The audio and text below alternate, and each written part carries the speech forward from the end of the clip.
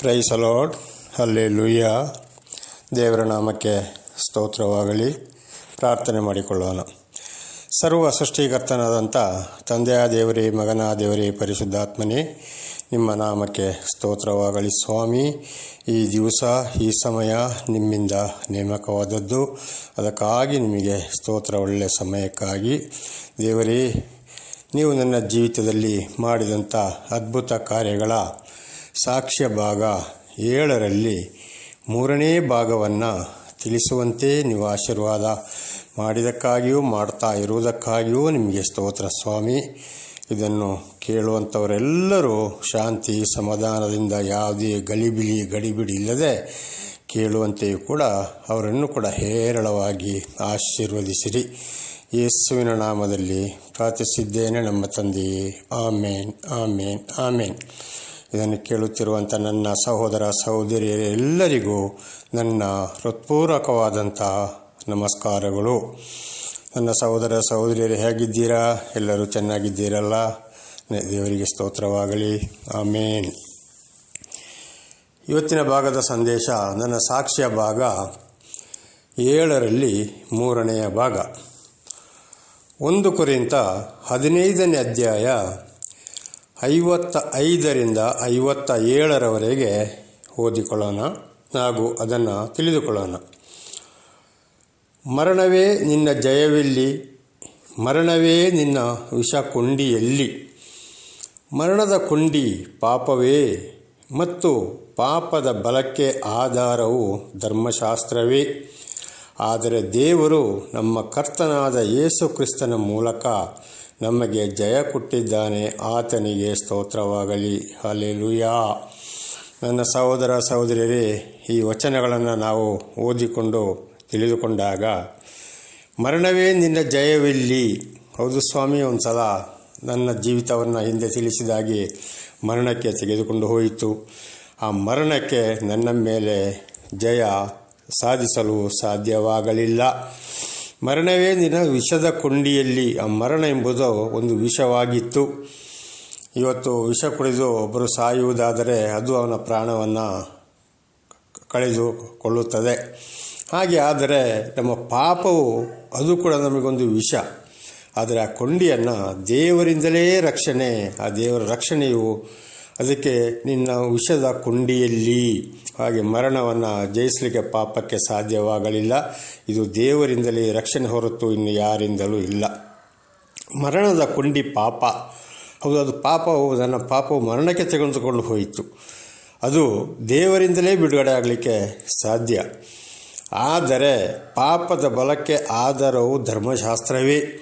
ನಾವಿತ್ತು ಧರ್ಮಶಾಸ್ತ್ರವನ್ನು ತಿಳಿದುಕೊಂಡಾಗ ಅದು ನಮ್ಮನ್ನು ಪಾಪಕ್ಕೆ ತೆಗೆದುಕೊಂಡು ಹೋಯಿತು. ಈ ಧರ್ಮಶಾಸ್ತ್ರದ ಮೂಲಕ ನಮ್ಮ ಪಾಪ ಏನು ಅಂತ ನಮಗೆ ಅರ್ಥವಾಯಿತು. ಆ ಧರ್ಮಶಾಸ್ತ್ರವೇ ನಮ್ಮ ಪಾಪಕ್ಕೆ ಕಾರಣ, ನಮ್ಮ ಮರಣಕ್ಕೆ ಕಾರಣ. ಆದರೆ ದೇವರು ನಮ್ಮ ಕರ್ತನಾದ ಯೇಸು ಕ್ರಿಸ್ತನ ಮೂಲಕ ನಮಗೆ ಜಯವನ್ನು ಕೊಟ್ಟಿದ್ದಾನೆ. ದೇವರು ನಮಗೆ ಸ್ತೋತ್ರವಾಗಲಿ. ತಂದೆಯಾದ ದೇವರು ಯೇಸು ಕ್ರಿಸ್ತನ ಮೂಲಕ ಧರ್ಮಶಾಸ್ತ್ರದಿಂದ, ಆ ಪೂಜೆ ಪುಸ್ಕಾರಗಳಿಂದ, ಹೋಮ ಬಳಿಗಳಿಂದ ಬಂದಂಥ ಪಾಪವನ್ನು ಇವತ್ತು ಯೇಸು ಕ್ರಿಸ್ತನ ಮೂಲಕ ತಂದೆಯಾದ ದೇವರು ನಮ್ಮನ್ನು ಮರಣದಿಂದ ತಪ್ಪಿಸಿ ನಮ್ಮನ್ನು ಕಾಪಾಡುವನಾಗಿದ್ದಾನೆ. ದೇವರ ನಾಮಕ್ಕೆ ಸ್ತೋತ್ರವಾಗಲಿ. ಹಾಗೆ ನನ್ನ ಮೇಲೆಯೂ ಕೂಡ ಮರಣಕ್ಕೆ ಜಯ ಸಿಗಲಿಲ್ಲ, ದೇವರಿಂದಲೇ ರಕ್ಷಣೆ ಬಂತು. ದೇವರ ನಾಮಕ್ಕೆ ಸ್ತೋತ್ರವಾಗಲಿ. ಹಲ್ಲೆಲೂಯಾ. ಆಮೇಲೆ ಯೆಶಾಯ 25:8 ಮತ್ತು 9ನೇ ವಚನಗಳನ್ನು ನೋಡಿಕೊಳ್ಳೋಣ. ಯೆಶಾಯ 25:8 ಮತ್ತು 9. ಮರಣವನ್ನು ಶಾಶ್ವತವಾಗಿ ನಿರ್ನಾಮ ಮಾಡುವನು.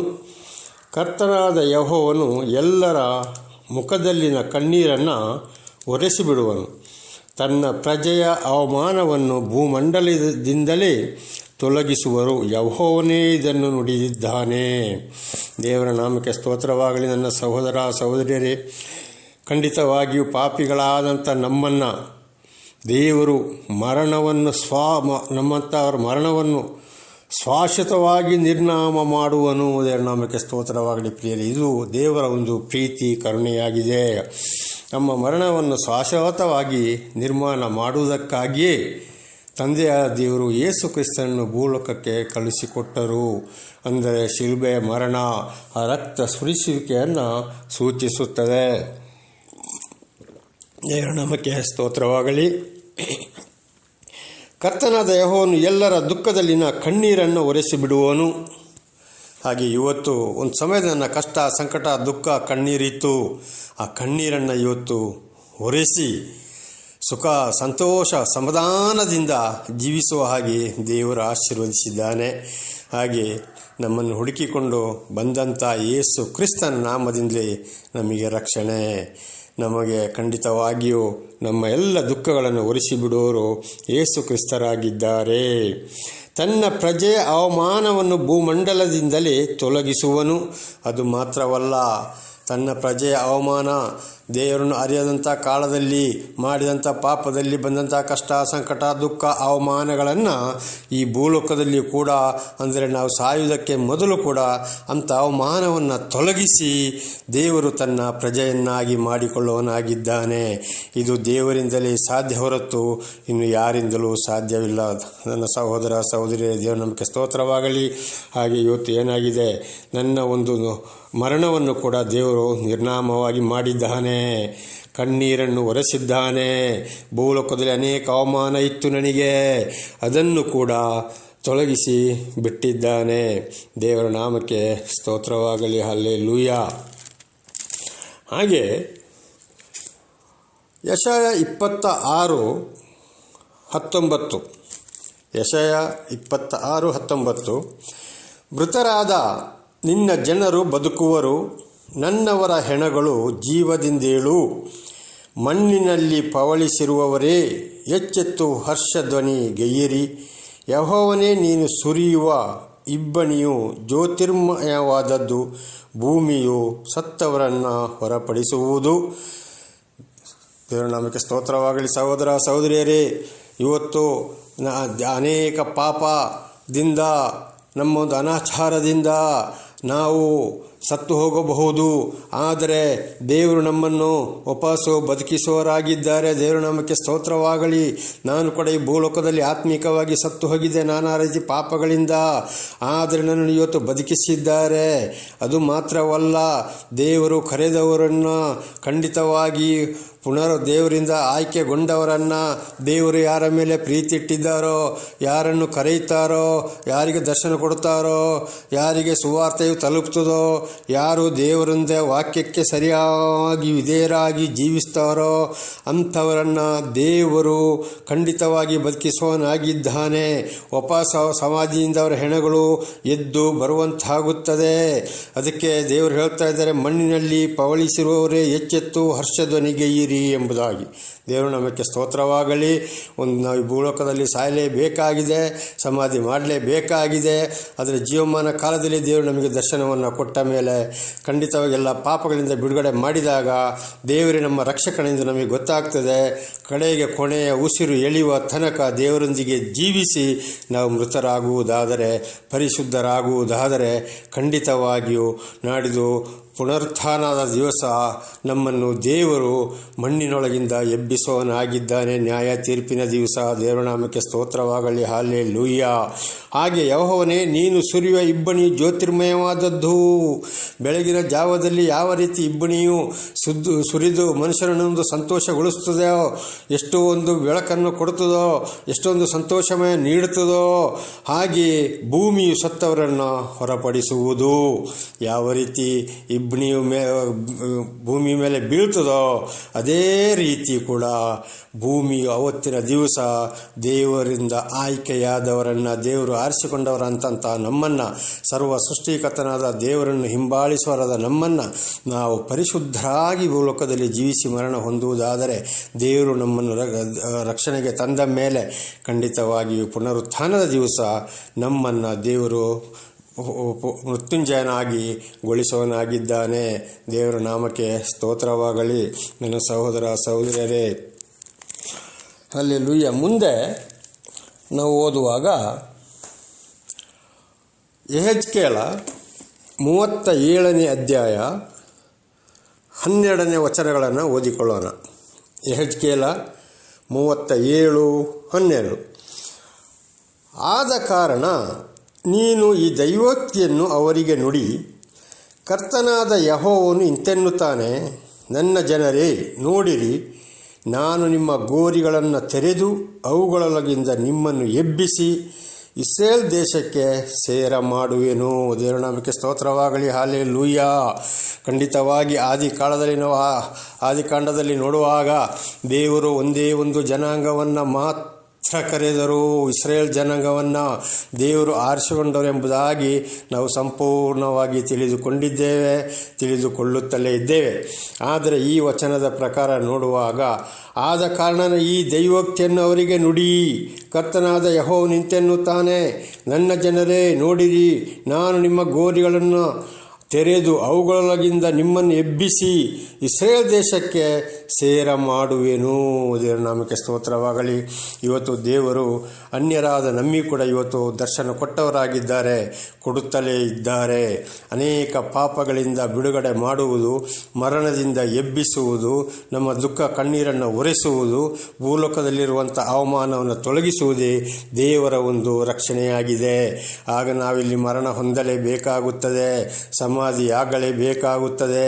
ದೇವರು ನಮಗೆ ದರ್ಶನವನ್ನು ಕೊಟ್ಟ ಮೇಲೆ ನಾವು ದೇವರ ವಾಕ್ಯಕ್ಕೆ ವಿಧೇಯರಾಗಿ ಪರಿಶುದ್ಧರಾಗಿ ಭೂಲೋಕದಲ್ಲಿ ಮರಣ ಹೊಂದಿ ಖಂಡಿತವಾಗಿ ಸಮಾಧಿ ಮಾಡಿಸಿಕೊಳ್ಳುವುದಾದರೆ ಅಂತಿಮ ದಿವಸದಲ್ಲಿ ದೇವರು ನ್ಯಾಯ ತೀರ್ಪಿಗೆ ಬಂದಾಗ ನಮ್ಮನ್ನು ಮರಣದಿಂದ ಎಬ್ಬಿಸಿ ಮೊದಲೇ ಇಸ್ರೇಲ್ ಜನಾಂಗವನ್ನು ಆಯ್ಕೆ ಮಾಡಿದಂಥ ಅವರೊಂದಿಗೆ ದೇವರು ನಮ್ಮನ್ನು ಸೇರಿಸುವರಾಗಿದ್ದಾರೆ.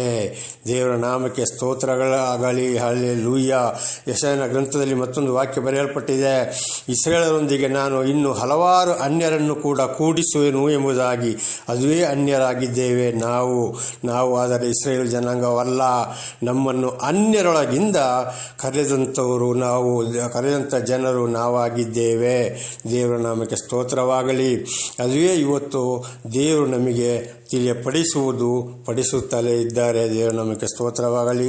ಇದೆಲ್ಲ ನನ್ನ ಜೀವಿತದಲ್ಲಿ ಕೂಡ ನಡೆದು ಹೋಯಿತು, ನಡೆಯುತ್ತಾ ಬಂದಿದೆ. ಇದು ದೇವರಿಂದಲೇ ಆಗುವಂಥ ರಕ್ಷಣೆ ಹೊರತು ಇನ್ನು ಯಾರಿಂದಲೂ ನಮಗೆ ರಕ್ಷಣೆಯಾಗಲಿಲ್ಲ.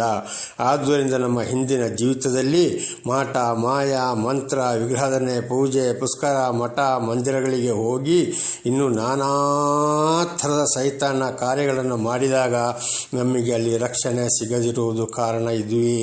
ದೇವರ ನಾಮಕ್ಕೆ ಸ್ತೋತ್ರವಾಗಲಿ.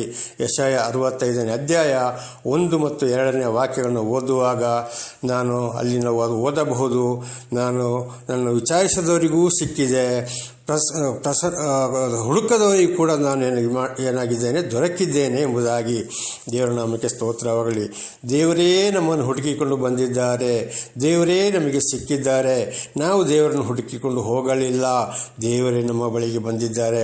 ಬದಲಾಗಿ ದೇವರೇ ನಮ್ಮನ್ನು ಆರಿಸಿಕೊಂಡರು ಹೊರತು ನಾವು ದೇವರನ್ನು ಆರಿಸಿಕೊಳ್ಳಲಿಲ್ಲ. ಇದುವೇ ಆಗಿದೆ ನನ್ನ ಸಹೋದರ ಸಹೋದರಿಯರೇ ದೇವರ ಪ್ರೀತಿ. ಸರ್ವ ಸೃಷ್ಟಿಕರ್ತನಾದಂಥ ತಂದೆಯಾದ ದೇವರ ಪ್ರೀತಿ ಇದು.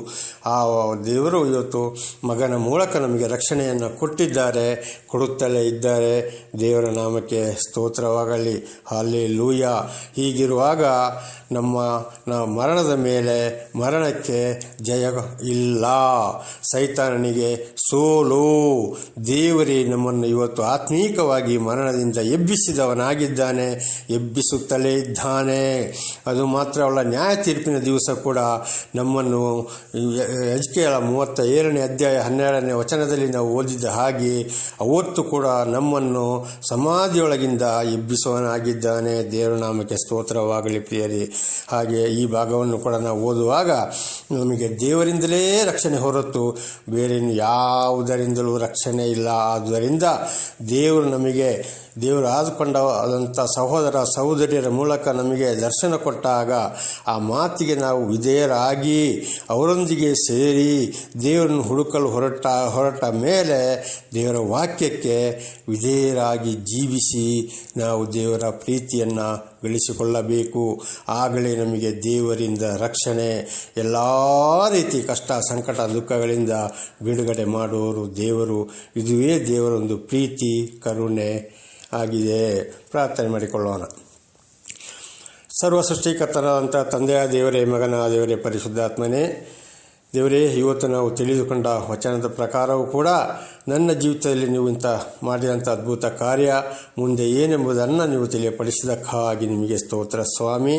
ಹಾಗೆ ಇದನ್ನು ಕೇಳಿದಂಥ ನನ್ನ ಸಹೋದರ ಸಹೋದರಿಯನ್ನು ಕೂಡ ಅವರಲ್ಲಿ ಈ ಒಂದು ವಾಕ್ಯವು ಅವರಲ್ಲಿ ಕೂಡ ನೆಲೆಗೊಳ್ಳಲಿ, ಅವರಲ್ಲಿ ಕೂಡ ನಿಮ್ಮ ಪ್ರೀತಿ ಕರುಣೆ ಇರಲಿ.